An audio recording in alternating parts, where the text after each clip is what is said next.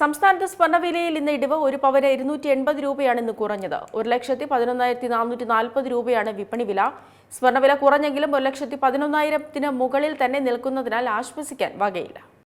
സംസ്ഥാനത്ത് നിന്ന് സ്വർണ്ണവിലയിൽ ഇടിവാണ് രേഖപ്പെടുത്തിയിരിക്കുന്നത്. ഒരു പവന് 280 രൂപയാണ് ഇന്ന് കുറഞ്ഞത്. 1,11,440 രൂപയിലാണ് വിപണി വില. 1 ഗ്രാമിന് വെറും 35 രൂപയുടെ വ്യത്യാസം മാത്രം. 13,930 രൂപയാണ് വിപണി വില. സ്വർണ്ണവില കുറഞ്ഞെങ്കിലും 1,11,000 മുകളിൽ തന്നെ നിൽക്കുന്നതുകൊണ്ട് ആശ്വസിക്കാൻ വകയില്ല എന്ന് തന്നെ മനസ്സിലാക്കാം. 22 ക്യാരറ്റ് സ്വർണത്തിനും വില കുറയുകയാണുണ്ടായത്. ഗ്രാമിന് 38 രൂപ മാത്രമാണ് കുറഞ്ഞത്. 1.5 മാസത്തിന് 1,11,000 കടന്ന സ്വർണ്ണവില താഴേക്കിറങ്ങാൻ മടിച്ചു നിൽക്കുന്ന കാഴ്ചയാണ് കാണാനാകുന്നത്.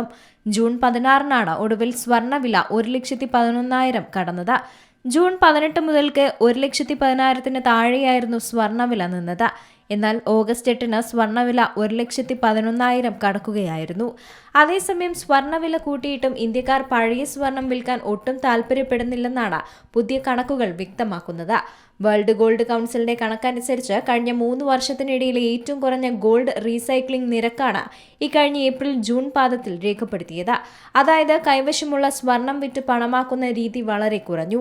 സാധാരണയായി ഉയർന്ന വില കിട്ടുമ്പോൾ ലാഭമെടുക്കാൻ വിൽപ്പന കൂടാറുള്ളതാണ് വിപണിയിലെ രീതി. പക്ഷേ ഇത്തവണ കയ്യിലുള്ള സ്വർണം വിൽക്കുന്നതിന് പകരം ആളുകൾ മറ്റു വഴികളാണ് നോക്കുന്നത്. സ്വർണം പൂർണ്ണമായി വിറ്റുകളയുന്നതിന് പകരം അത് ഈടായി നൽകി വായ്പയെടുക്കാനാണ് ഭൂരിഭാഗം പേർക്കും താൽപ്പര്യം. അതായത് സ്വർണ്ണ വായ്പയുടെ അളവ് വലിയ തോതിൽ വർദ്ധിച്ചിട്ടുണ്ട്. റീറ്റെയിൽ ഗോൾഡ് ലോണുകളിൽ പ്രതിവർഷം 100%-ലധികം വളർച്ചയാണ് ബാങ്കുകളിൽ മാത്രം ഉണ്ടായിരിക്കുന്നത്. ഇതുകൂടാതെ കൈവശമുള്ള പഴയ സ്വർണം നൽകി പകരം പുതിയ ആഭരണങ്ങൾ വാങ്ങുന്ന എക്സ്ചേഞ്ച് രീതിയും വൻതോതിൽ വർദ്ധിച്ചിട്ടുണ്ട്. പല വലിയ ജ്വല്ലറികളിലും നടക്കുന്ന വിൽപ്പനയുടെ 70% ഇത്തരം എക്സ്ചേഞ്ചുകളിലൂടെയാണെന്നതും ശ്രദ്ധേയമാണ്.